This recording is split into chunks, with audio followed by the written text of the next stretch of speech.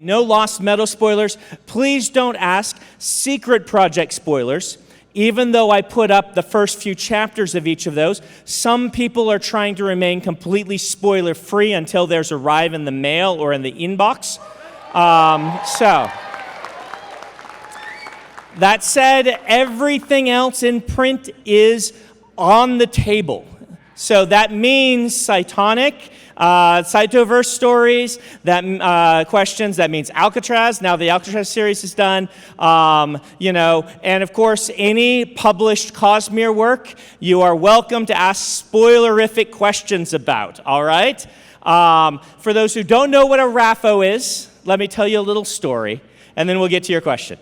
So my story here is Robert Jordan used to give out this thing he would call it a RAFO. When people asked him a question and he didn't really want to answer it for whatever reason. Sometimes he was a spoiler, he didn't want to get in the wild.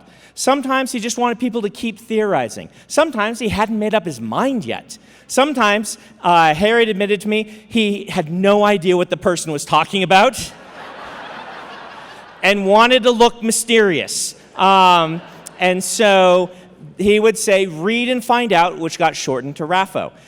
When I went to see Robert Jordan's widow, Harriet, in 2009, was it? When was it? 2007. 2007, been a while. When I first flew out to meet her after she had asked me to finish the series, she handed me something. And it was a little bracelet that said RAFO in little beads that a fan had made from Robert Jordan. She gave it to me and she said, I am giving you the RAFO.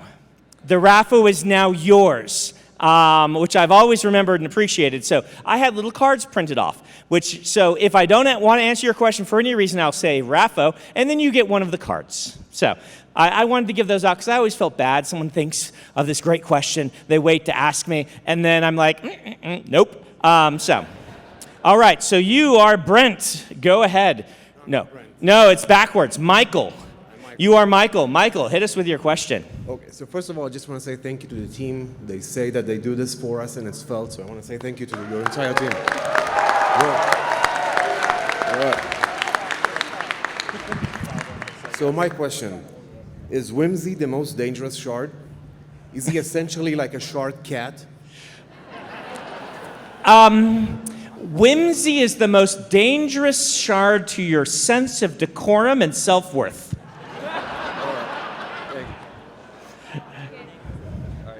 Hey, how's it going? I'm Brent. Okay. Would Nightblood consider investiture to be evil?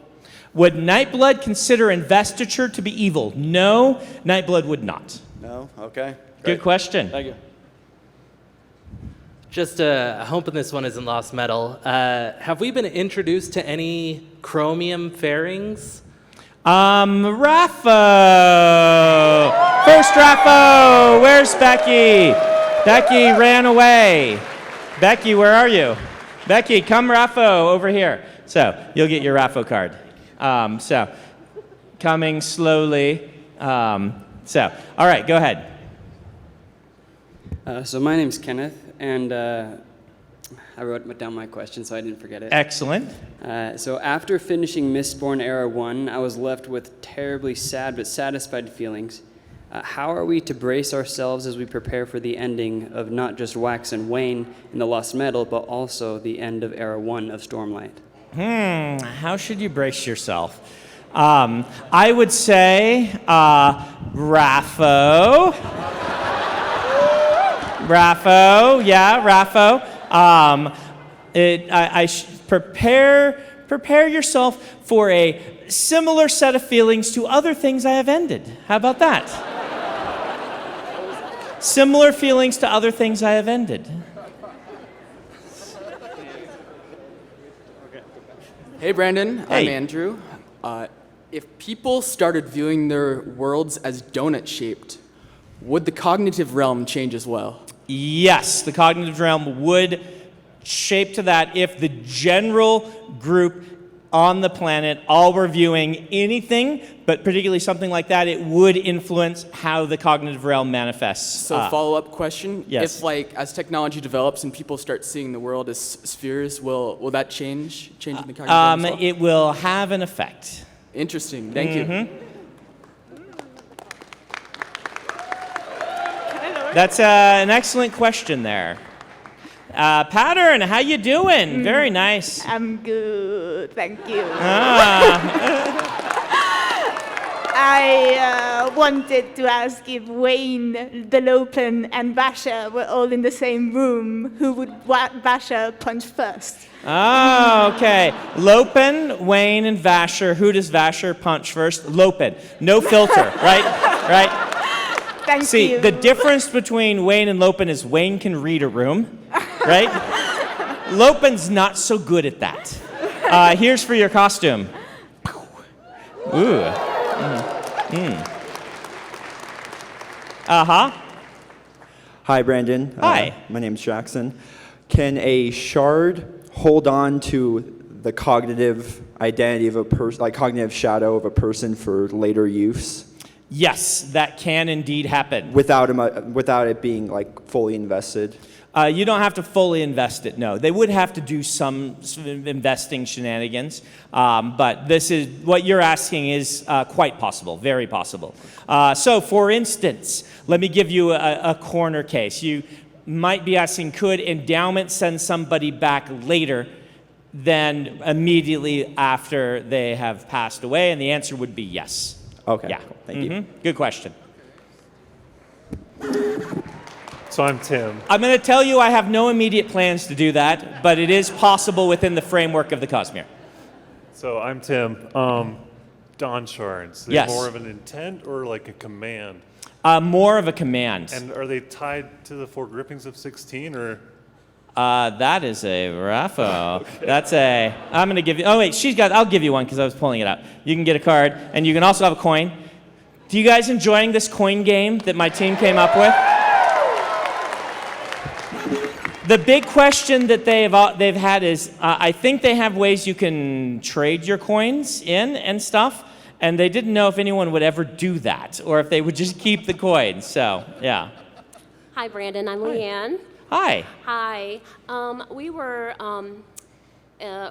Kelsier was very clear in Secret History that his ties to the physical realm had been severed. Are we then to assume that the current Thydakar / Lord of Scars is him teamed up with Spook, or have they used their knowledge of him allergy to find different human hosts, or what's going on there? Excellent question. This is partially a RAFO. But you should assume that things have happened to allow for what's going on. There are answers coming very soon. All right, thank you. I'm going to warn you, not a lot of answers, but some answers are coming very soon. Maybe very, very soon. Hi, Brandon. Hi. As an avid chicken watcher in my real life, I've really enjoyed the inclusion of AVR in the Cosmere. Yes. And I was curious if in upcoming series, will we see the inclusion of more world hoppers utilizing AVR for trans-investiture purposes? Yes, you will. The thing about the AVR is getting that, like, the secret of what's going on there is known by very, very few people. And there is certainly some work going on in that regard. Like trying to figure, basically people off-world trying to figure out what is going on with AVR and how they work, because they are not what people expect them to be because of the way that the investiture is being invested, shall we say. But you should see that being relevant to future era Cosmere. Awesome. Thank Yes. you. Mm-hmm. Yeah, thanks. I'm Josh, and I actually put my name on the list just so that I could tell you that my firstborn son's name is Adolin. Wow! Ooh! Ooh! A baby Adolin, well, maybe baby, maybe not. I'm used to them being babies, but the book has now been out for 12 years, so... He's two. He's two, okay, yeah. so still a baby Adolin. You know, we meet a lot of baby Kaladins and not very many baby Adolins, so, yeah. Well, don't mess him up now. Okay. Don't- No promises. We'll do our best. No promises. I'm pretty prepared for a RAFO here, but Okay. So my question is there or has there ever been a Dawn Shard hidden in a book? Is there or has there? I will RAFO that. Good question. You got your RAFO card. Well done. I suppose I have to call you Dalinar, so well done, Dalinar. All right, yeah, you know. Hi, Brandon. Hi. Brandon. Hey, good name. Are the glyphs on Scadrial, which happen to look like bands, spikes, and beads, a breadcrumb from the Lord Ruler in case his plans failed? No, they are more that we decided, like if you go look at the old ones and things like this, that modern people were interpreting them differently. This is not an active thing done by the Lord Ruler. Isaac can contradict me on this because he designed them, but my understanding is that it's like a natural outgrowth of people said, that looks like a spike, and so they started doing it more spike-like, and it just kind of became a thing for them as they were standardizing and as typography started to exist and things like that. Not necessarily meant to be a clue from the Lord Ruler. Okay, thank you. Good question. So, over the course of Rhythm of War, we see cohesion being applied in 3 different ways as applied by, different tones. And I can see an internal, external, and pushing, pulling contradictions in those. Is that a pattern that will be accurate for all of the surges? Yes, but a loose pattern. Okay, so accurate under the very loosest definition of the word. You will find connections there as you are looking for them, and most of them will be intentional, but it'll be hard to fit every surge into exactly that framework. Thank you. Hi, Yes. Brandon. Good job. Hi, Brandon. I was going to ask, with all the bad things that we've seen the Ghostbloods do so far, like imprisoning Lift, is Kelsier no longer a good or mostly good person? Kelsier would say he's a good person. Would you say he's a good person? Would I say Kelsier? I would say that Kelsier is a complicated individual whose moral compass does not align to my same moral compass, but he never was. He would say that he hasn't changed. I would say that he has changed slightly over the centuries. I'm taking that as mostly good.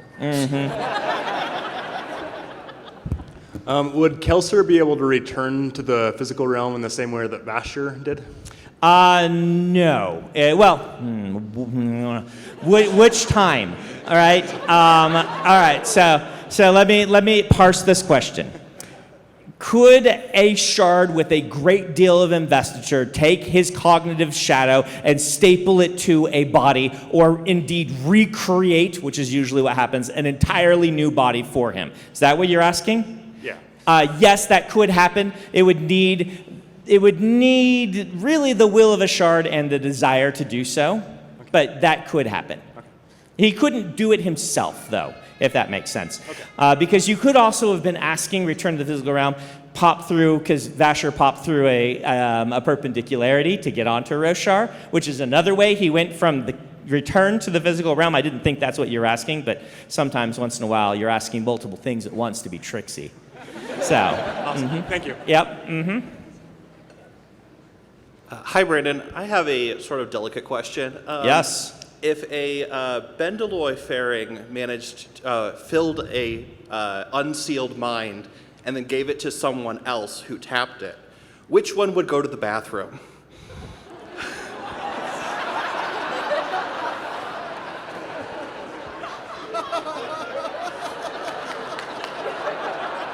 I've been waiting to ask this for years and very surprised no one else has.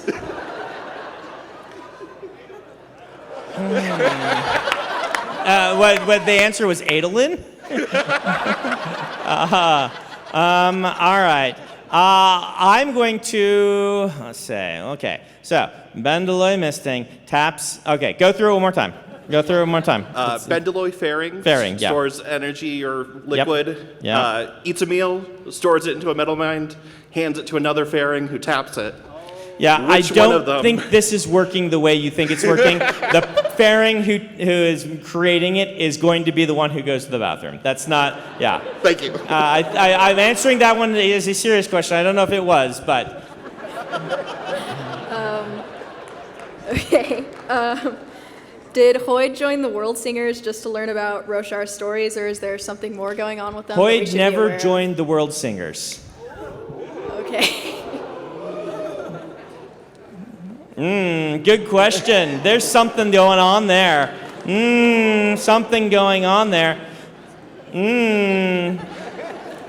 Can one join a group that one created is the question there. So, yes. Okay, well, I was going to ask if he founded them, but since you've basically answered that. Yeah. Is Tara, Kaladin's flame, still or currently in Urithiru? Because there's a chapter where it kind of seems like she's there. So I will answer that in book 5, so I'm going to RAFO you. All right. So, yeah. That is at least my plan. One of the interludes should be from her viewpoint. So that is my plan right now. So spoilers all around. I can spoil book 5. You can't. I can. So when a shard splinters, does it have any effect on the Cosmere that we aren't seeing yet? And what would be the effect if all the shards splintered? So it does have, but see, there is splintering and there's splintering, right? Traumatic splintering is a different event than a shard splintering themselves or things like this. There's a whole continuum going on there, right? All the shards being splintered would of course have an effect, right? But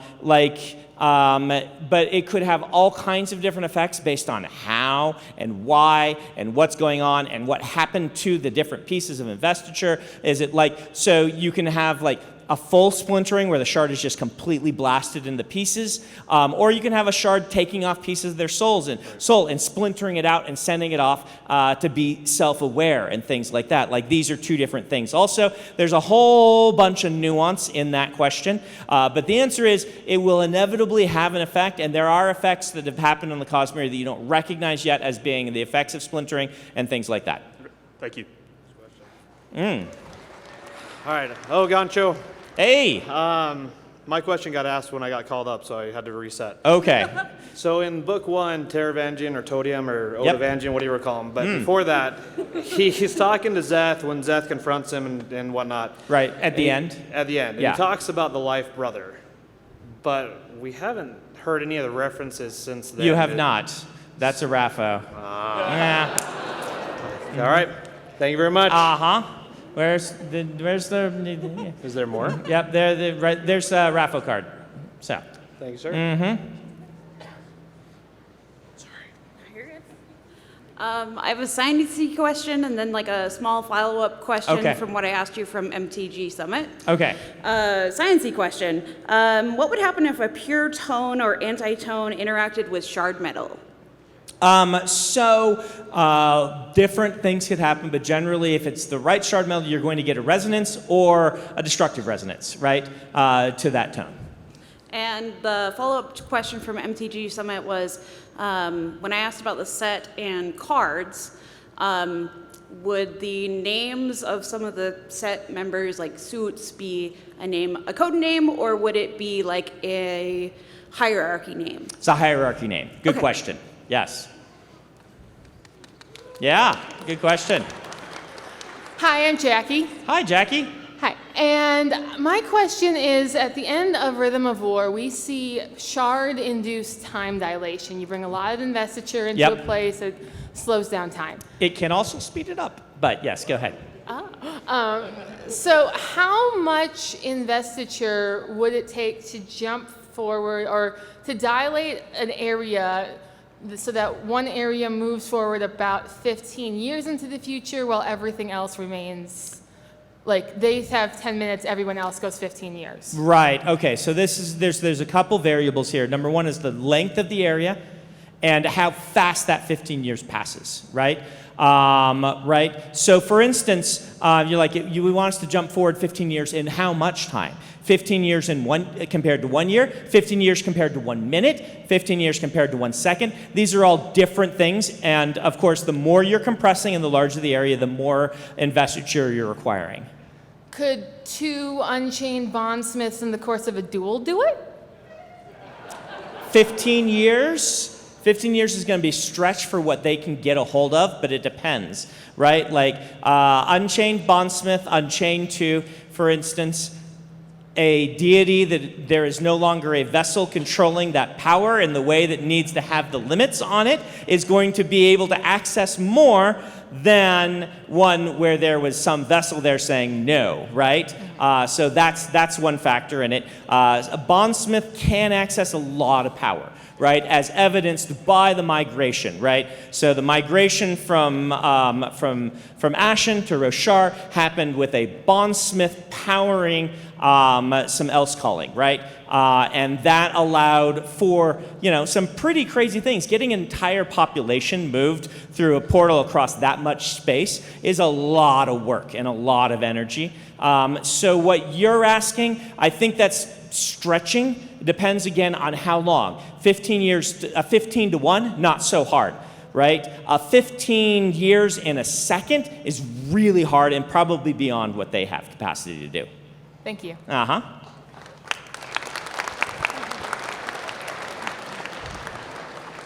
I see what you're doing there. You saw me talk around it. Okay. I am disorganized. I'm trying to find my question. Totally all right. All right. What's your name? My name is Shane. Shane, nice to meet you. Nice to meet you. So we have some idea that autonomy is fiddling around in Roshar and in Scadrial. And other places, and yes. among other places. Yep. Considering her involvement with the Ghost Bloods, this is kind of a two-parter. Yep. One, has she directly interacted with Kelsier Thydakar? RAFO. Okay. RAFO. All right, this other one might Yep. not get RAFO. Yep. Whether she has or not, what is her opinion of Kelsier? Oh, yes, yes. So you're asking directly autonomy, not one of her avatars, right? Exactly. Directly autonomy likes Kelsier. It respects Kelsier. Autonomy is a fan, shall we say. So, yeah. Thank you. Mm-hmm.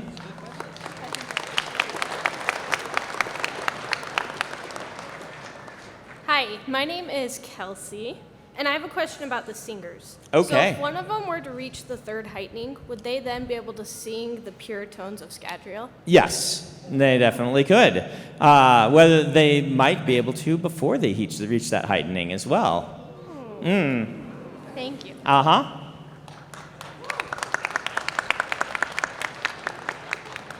Hi, I'm Ryan.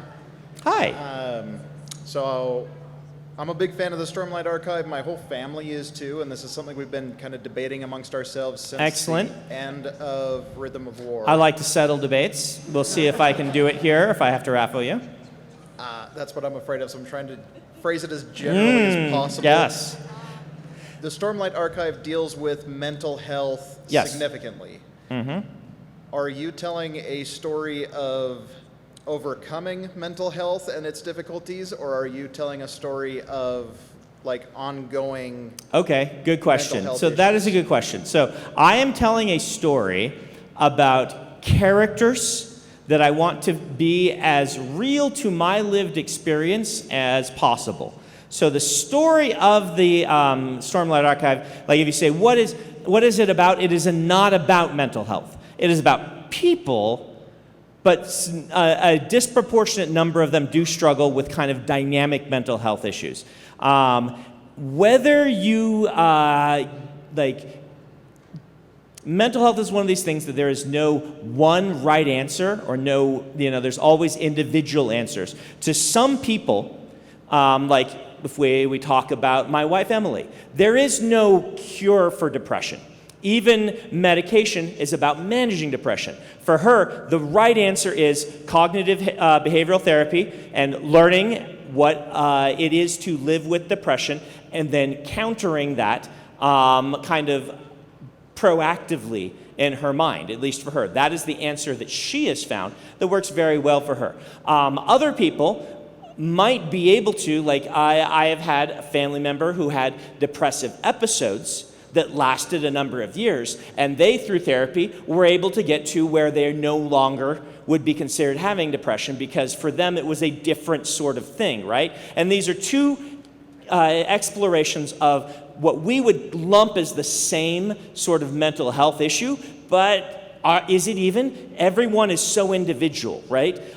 For the vast majority of people struggling with mental health issues, it is more like Emily than it is like this family member, that it was about overcoming it. I don't consider mental health, I consider it to the individual, to the story I'm telling about. I will use the example of the difference between, for not mental health, but physical handicaps, Risen and Lopen, right? For Lopen, the story is, I'm just gonna, there's going to be a cure, and I have been cured, right? For Risen, there is no cure, and it's about instead living with the disability, overcoming the disability, yes, but it always being part of who she is. And those are two life experiences that we can find people, in this room who have probably, some are continuing to live with a handicap, and others have found that there is some way to just completely get over it. And that's an individual thing. And I'm not trying to say in the Stormlight Archive, this is the right path, except for the right path being getting help is okay, working on it's okay, and society should maybe do a better job about understanding that.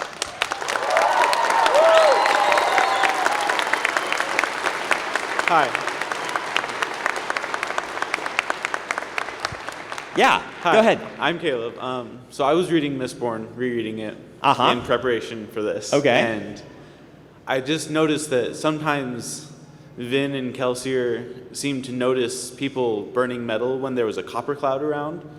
So I was wondering if copper clouds can change depending on how much the smoker or Mistborn wants to...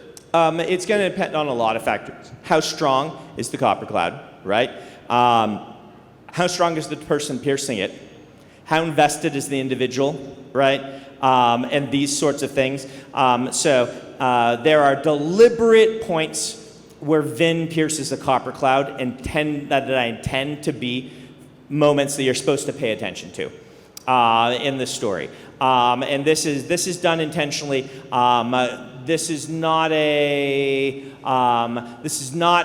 like a binary on-off. Okay? Okay. Yeah. Thank you. Mm-hmm. Yeah. Hello, I'm Eric. Hi. And my question has to do with magical healing. Okay. So we know that magical healing has a lot to do with identity, like with Lopen and Risen. Yep. So suppose someone was tapping identity from an unkeyed metal mind, and then you tried to heal them with any kind of magical healing. What would happen? So most likely, that person's perspective of themselves is going to filter that unkeyed metal mind, and so what's going to happen is what would normally happen to that person. In most instances, there are ways to get around that, but the vast majority, that's what you're going to see. Okay, and if they were storing identity instead? As they were storing identity instead, see, the thing about it is, then you're going to go back to their cognitive picture of themselves, which is going to be what's filtering this, right? How they see themselves. So at that point, you're like, all right, if you knock them unconscious, they can't see themselves, you're blanking them of identity and things like that, they still basically will have, it's going to be really hard to get that all separated. Like the mental picture of themselves still exists on the spiritual realm, right? Like, remember, realmatics is based on Plato's theories of the forms, but your perspective is what's shaping that. So there's still going to be, like, on the spiritual realm, there's going to be some version of yourself that is deeply influenced by how you view yourself, that is going to be what that investiture is trying to match. It's trying to bring your body into alignment with that. Okay. Thank you. So you got to replace that thing if you wanted to do something different, which you can do with heme allergy, right? Oh. Right? Yeah. Okay. Thank you. Mm-hmm. Hi, I'm Sarit. Hi. That's a pretty name. Thank you.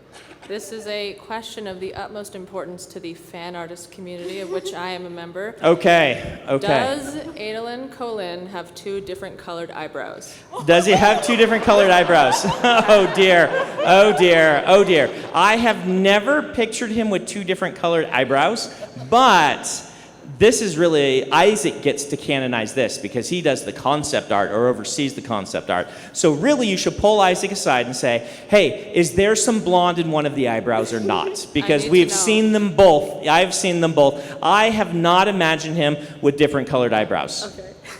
Thank you. Uh-huh.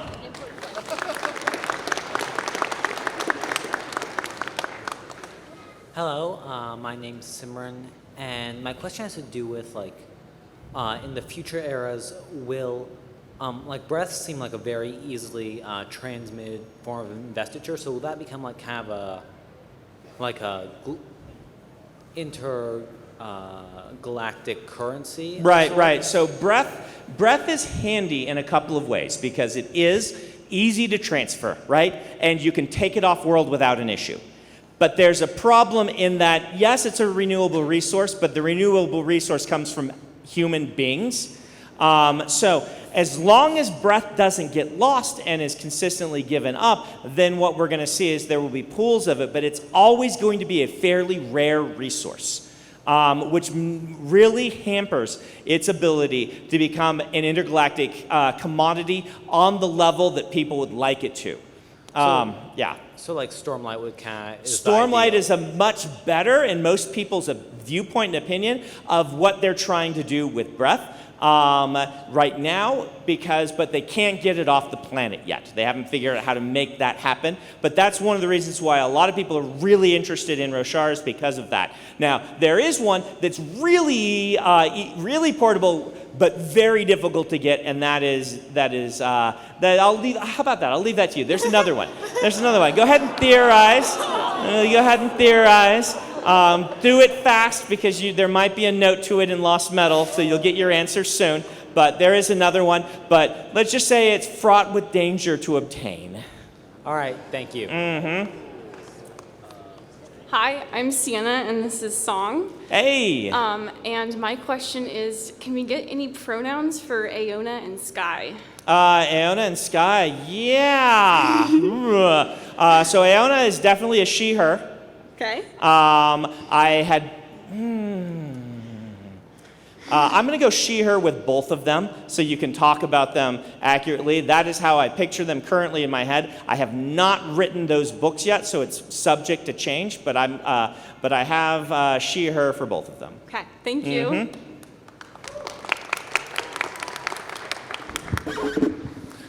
Hey, Matt. I'm going to try and sneak in a two-parter as well. So, my favorite god, Sazed, Harmony. Yes.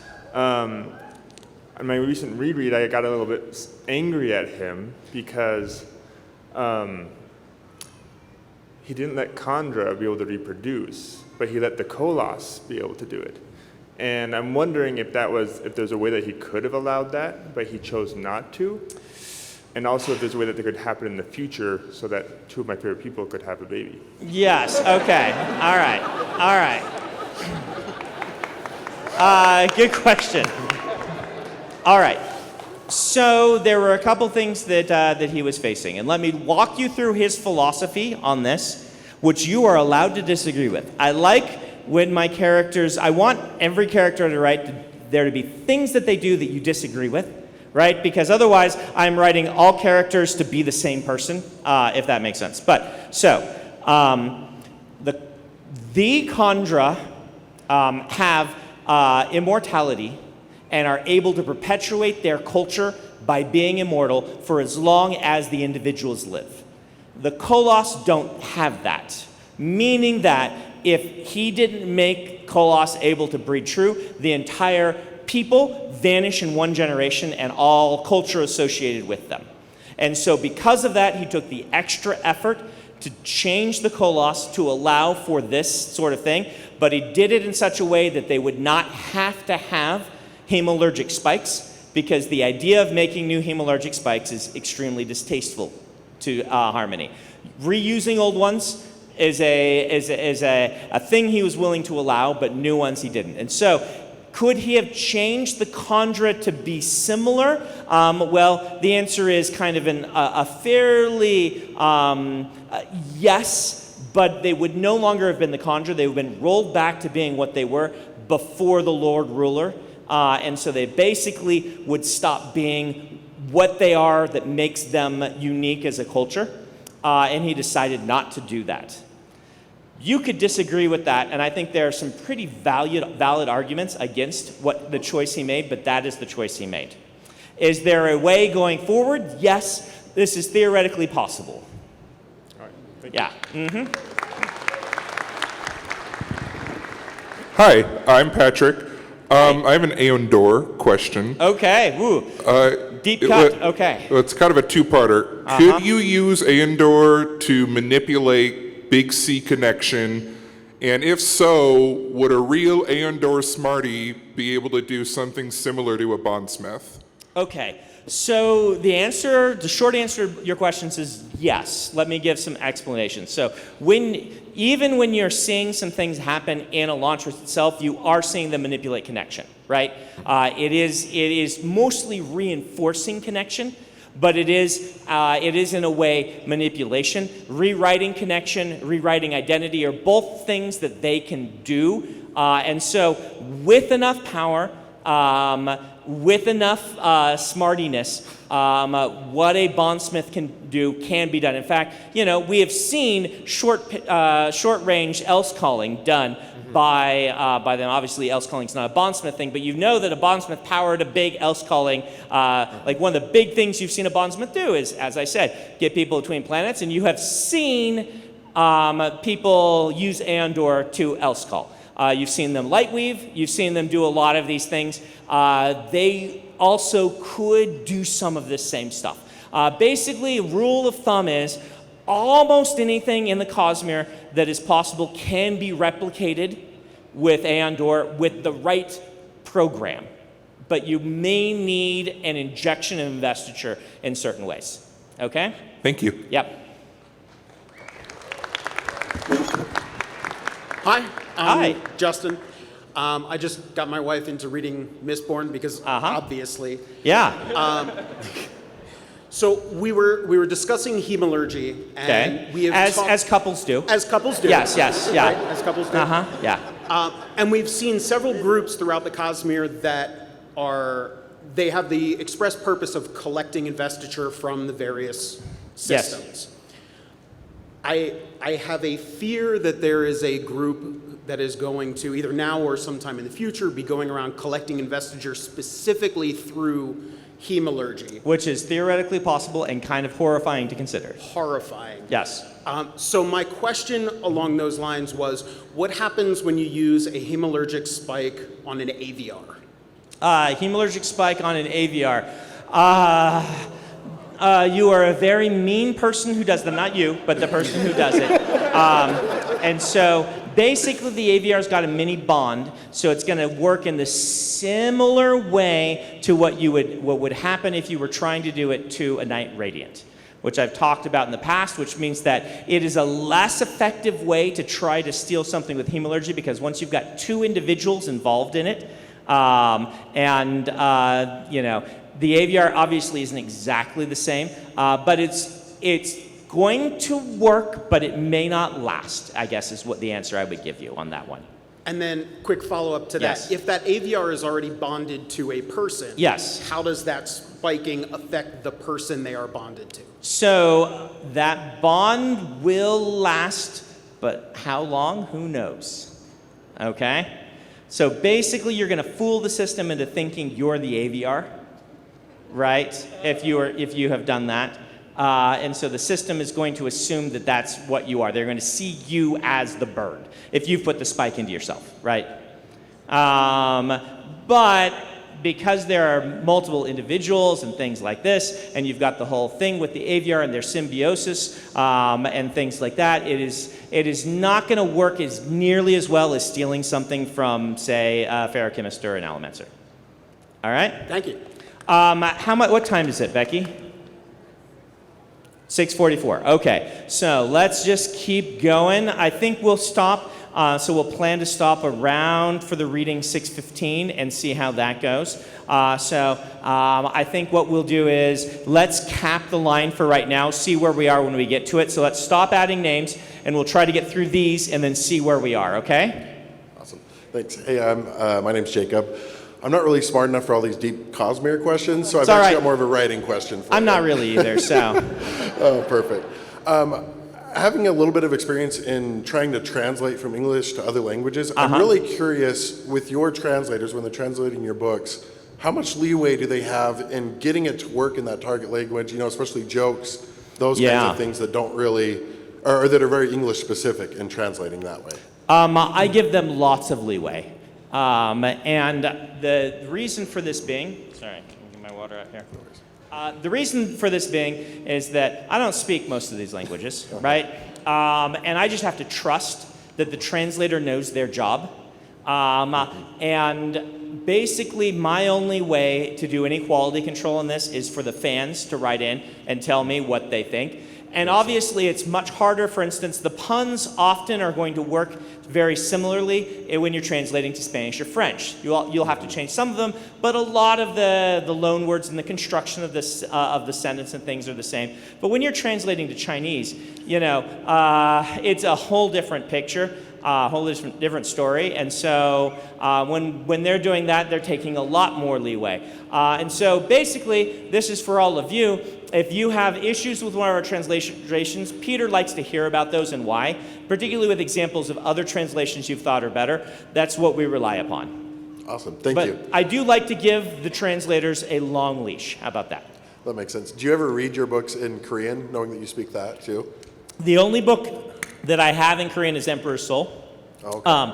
And I have read some of it. My reading fluency in Korean is really bad. And even these days my speaking is really bad, but it is still kind of fun. Okay. Awesome, thank you.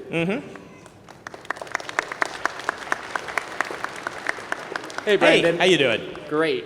So memory is tied to some level or portion of spiritual identity. Yes. Else Pharynx would not be able to store it. Yes. So Hoyd lost memories at the end of Rhythm of War in his exchange with Odium, right? Yep. Would that mean part of his soul was stolen and then absorbed into Odium? And if so, what is stopping Odium from doing that with all of his enemies? Okay, so basically what Odium split off is from Hoyd is stuff that Hoyd is storing in excess of vestiture. Basically, it was breaths in Hoyd's case. Right? And this sort of thing, where this extra memory, like one of the reasons that Hoyd is able to function better than perhaps some other very long-lived individuals is he has found out how to keep some of this identity in, shall we say, SD cards made of investiture, right? Imagine that sort of thing. So what Odium was stealing from Hoyd was straight out of an SD card, right? Which means that it's not nearly as deeply ripping into someone's soul, and it is also not nearly as noticeable. But the other thing is, Hoyd is directly in violation of certain agreements that have been made, which therefore exposes him to, he is lacking protections. As you'll notice the end of, I think, book 3, where he's like, I need to be careful because I'm in violation, right? And so there's a couple things going on here. Number one, much more easy to access those memories. Number two, Hoyd's in direct violation and under no protections of any sorts of agreements and things like this. Thank you. Hi, Brandon. Hi. So, with investiture being as, like, how do I word this? Your entire system almost, right? Can Lift eat metal and somehow produce Stormlight? RAFO, good question. Can Lift eat metal and get Stormlight? That's an excellent question. Thank you. Go ahead. Hey, Brendan, I'm Lewis. Hey. I was wondering if Teft, Dalinar, and Zael were to play a game of Mario Kart, how would they place? Okay, Teft, Dalinar, and Zael? Yes. Okay, Zael cheats. Okay. All right. And Zael wins, right? Teft lets Dalinar win because a good sergeant knows when the officer needs an ego boost. And so that's our ranking. Thank you. Yep. Hello, I'm Andrew. So my question was the AVR hem allergy question. So Okay. these two questions I'm stealing directly from my friend. Okay, great. The first part is, other than the Lord Ruler and people that are using the Bands of Mourning, will we ever see a full Twinborn again? Yeah, I think that you will. Okay. And then this is a second parter. If a full Twinborn, regardless of natural or holding the Bands of Mourning, had access to unlimited investiture, could they become the sun by infinitely increasing their gravity and heat and while healing through it? All right. Infinite amounts of investiture. You're theorizing. Let's say Dalinar's next to him, just keep Dalinar's not going to be able to provide enough. Okay. But in a thought experiment, sort of outside bounds of time and space, you're providing infinite investiture. You're providing infinite amount of healing, and you're having them create what? Heat? What are they doing? Heat and weight. So sun is just a Right. But the problem is you're going to need a whole lot of mass to turn into the sun, right? And so if you're gonna, I mean, there is a way you can do this, but you're going to have to provide either the investor's going to have to become mass, or you're going to have them do it in a proximity of a whole bunch of mass to start causing that sort of fusion reaction where the different layers are collapsing in toward the center, dense layers and things like this. In the realm of complete hypothesis, then yes. Right? But of course, you could do that here with infinite energy and infinite mass if you needed to, also using mechanical means. But yes. I guess the weird part of that question is the person could retain consciousness through infinite healing, and that is the weird part, and that is possible. Yeah. Hi, Brandon. Hey. Hey. Okay, having read Shadows for Silence in the Forests of Hell. Yeah.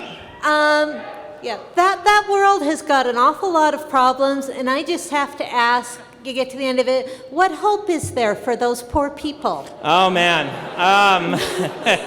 There are a whole lot of problems on that planet. What hope is there? Well, despite everything that's going on, they still manage to survive. That's pretty impressive, right?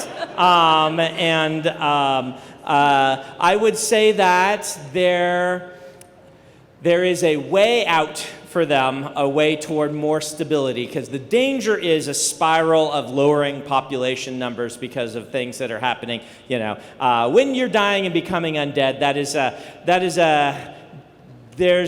certain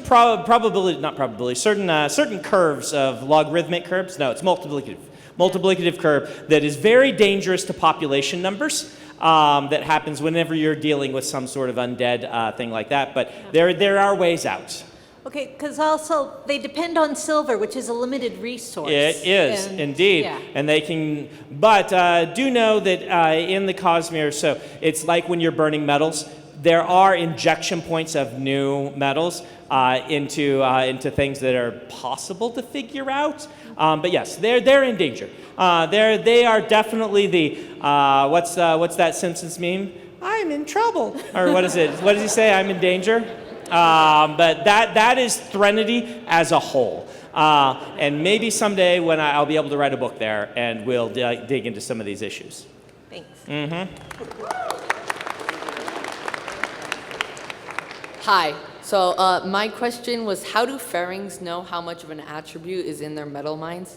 They have a natural sense for it when they're touching it. It's an excellent question. It is just like, it's not like they have a number pop into their head, but it is kind of a similar feeling to you knowing how much energy you have left, how tired you are, and things like that. They can feel in their metal mind. Thank you.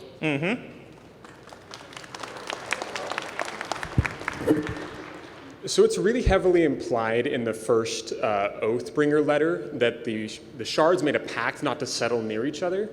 Given that a full half of the shards ended up doing that, what is the cost for them breaking that oath? Because you implied earlier that there's always a cost For example, for Hoyd forsaking his protections. So the wording of those things allows them to agree together, but it also gives them a little bit of power over one another, and you've seen the side effects of that on the planets where it's happened. It has not gone well for any of them, if you kind of run the numbers on that. But the wording of it allows two later on to say, okay, we both agree. If one said no and one said yes, then they were in trouble. This should imply to you that Odium did get permission as well. So. Thank you.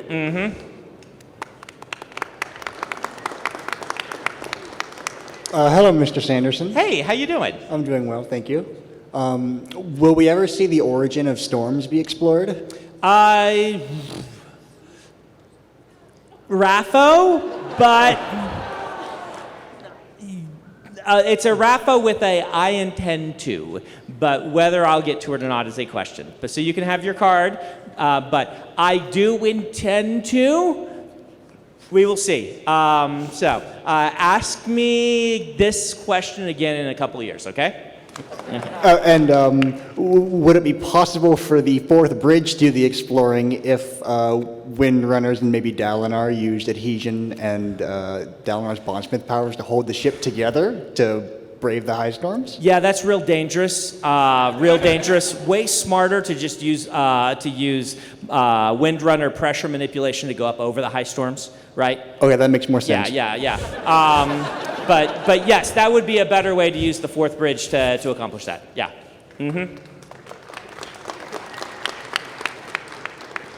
So Hoyd is, collecting investiture abilities like Pokemon cards. So he's got his binder, Yeah. So I was wondering if he could, and maybe not necessarily him, but if somebody could collect all forms of investiture and be able to use all of them. Well, he certainly would like to try. What will happen, he's not even sure, but he would like to try. Is it possible? It is theoretically possible. We'll see if he is able to accomplish it. So. Perfect.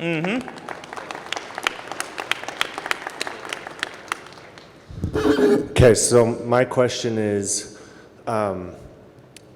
will Wax ever meet a full Mistborn that we don't already know about? RAFO, good question. All right. All right. There was the RAFO Olympics.